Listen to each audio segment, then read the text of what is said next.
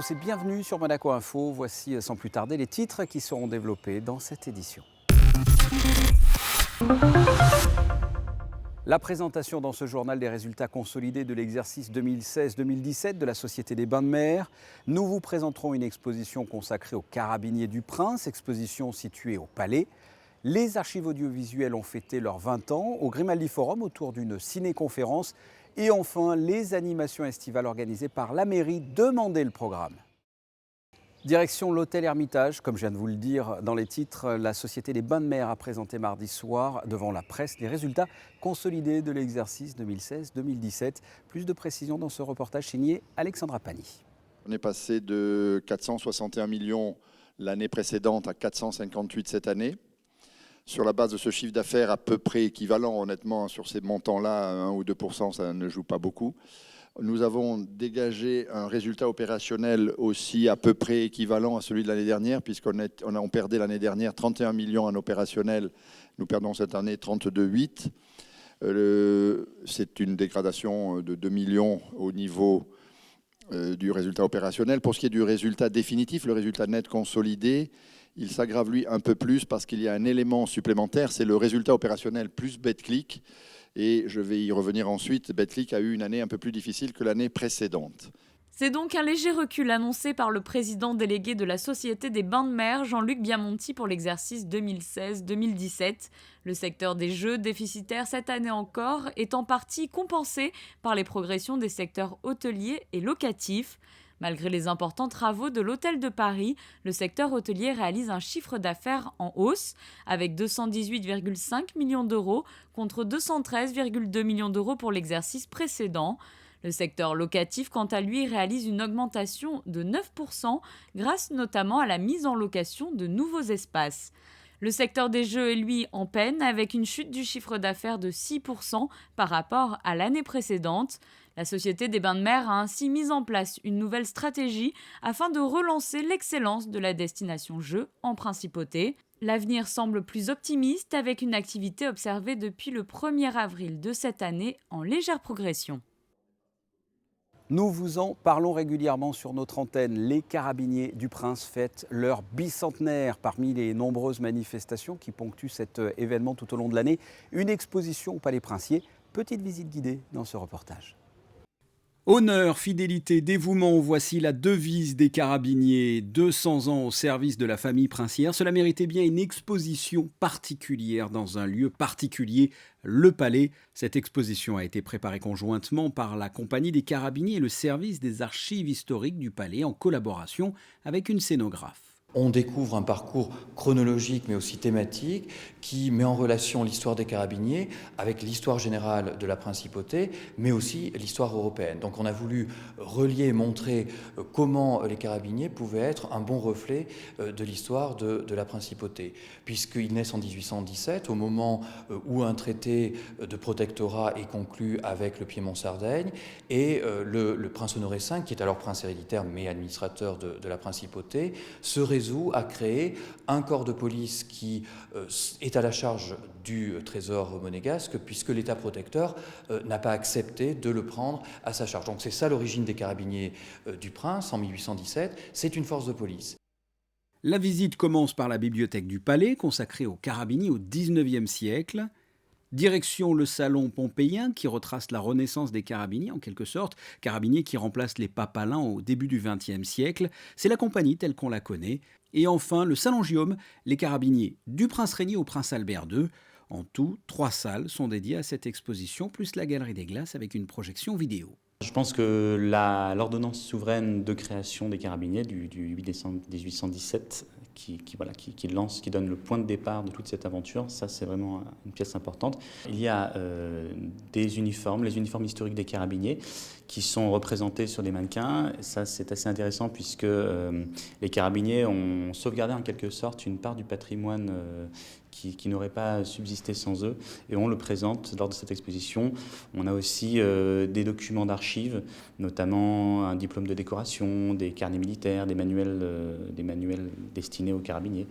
On a aussi une médaille, la médaille d'honneur, qui est une médaille historique qui récompense les carabiniers lorsqu'ils ont accompli un certain nombre d'années de service et qu'ils ont donné satisfaction. un bicorne, un uniforme d'un grand carabinier qui est, enfin d'un des premiers qui est Adrien Médecin.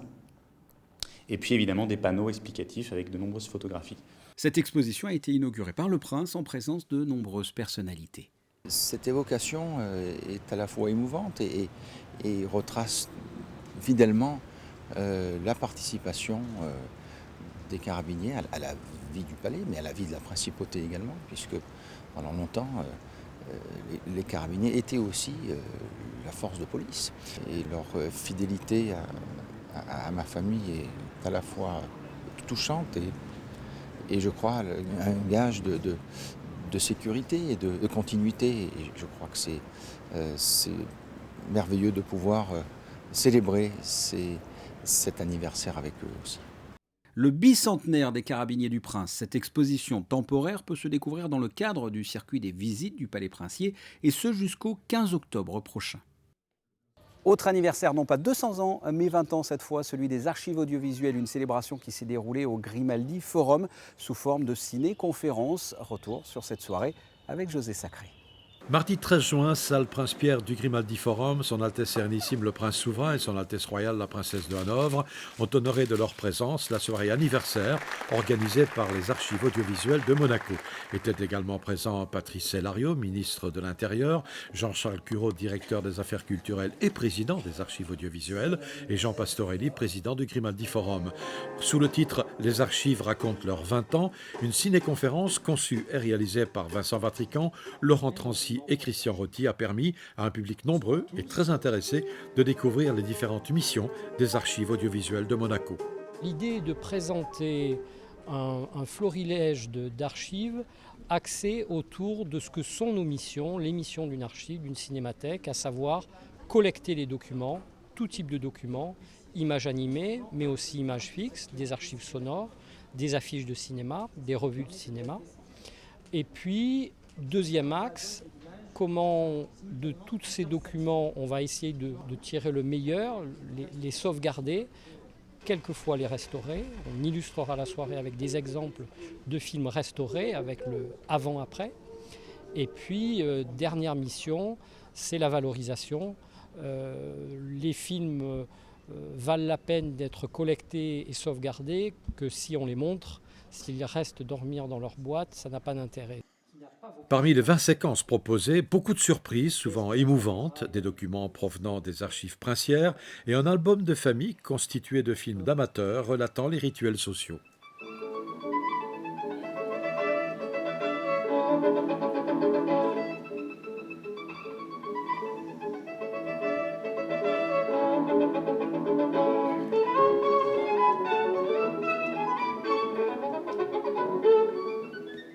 Quel est votre meilleur souvenir ? J'en ai beaucoup, je n'arriverai pas à en isoler un. Meilleur souvenir, le rituel de la découverte d'un film au fond d'une boîte qui a croupi pendant des dizaines d'années et l'émerveillement en le projetant ou en le passant dans une petite visionneuse pour découvrir les images qu'il contient. C'est toujours un moment d'émotion particulier.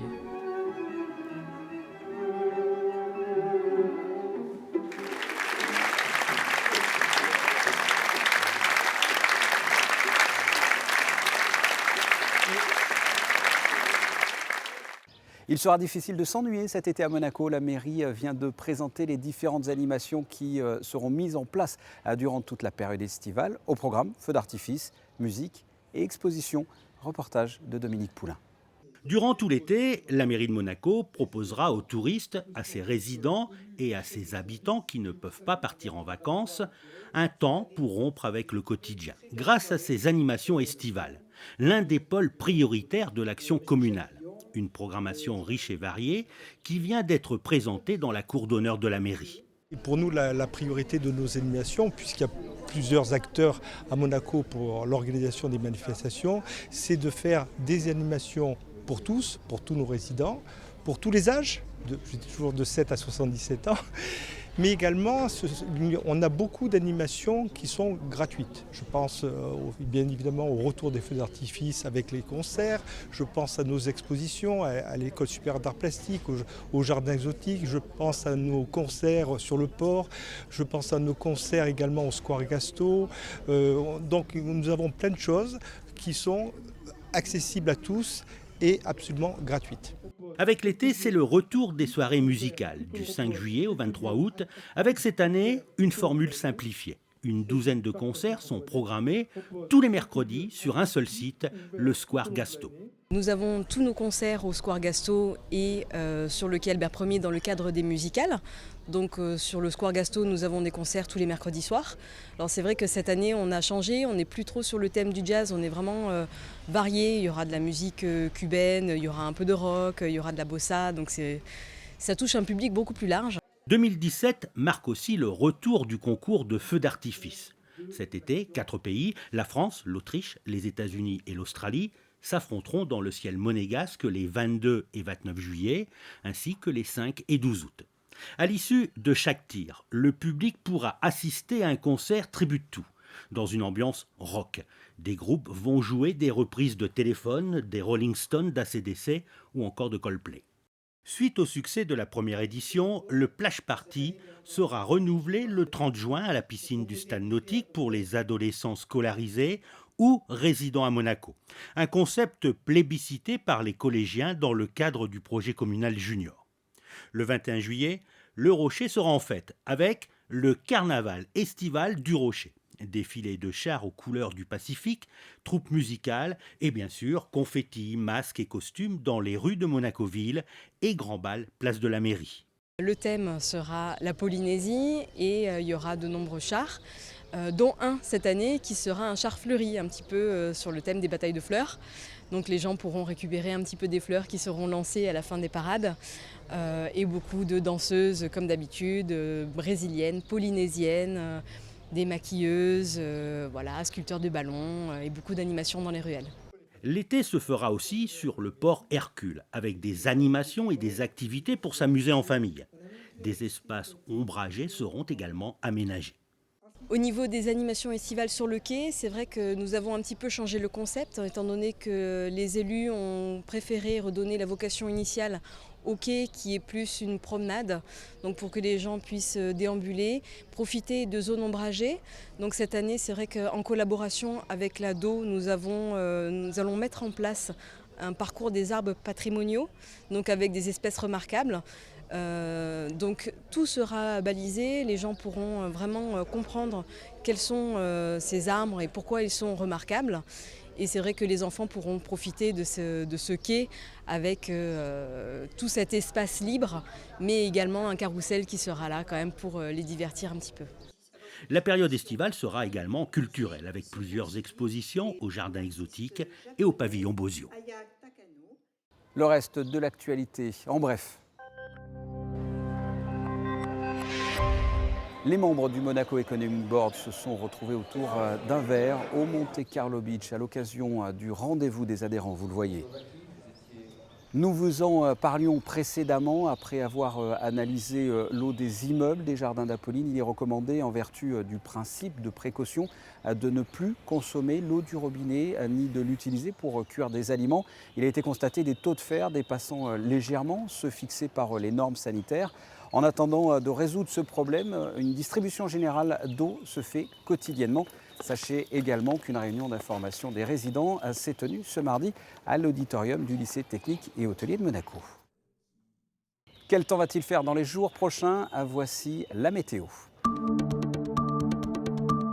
Jeudi, du beau temps en avance sur le calendrier, un grand soleil et des chaleurs allant jusqu'à 27 degrés. À vendredi, toujours beaucoup de soleil, peu de vent et les températures nettement supérieures au normal, comptez de 23 à 28 degrés. Et on ne va pas faire long pour les jours suivants, que ce soit samedi, dimanche ou même le début de semaine. Il va faire beau et chaud entre 23 et 24 degrés le matin, jusqu'à 28 voire 29 degrés au meilleur moment de la journée.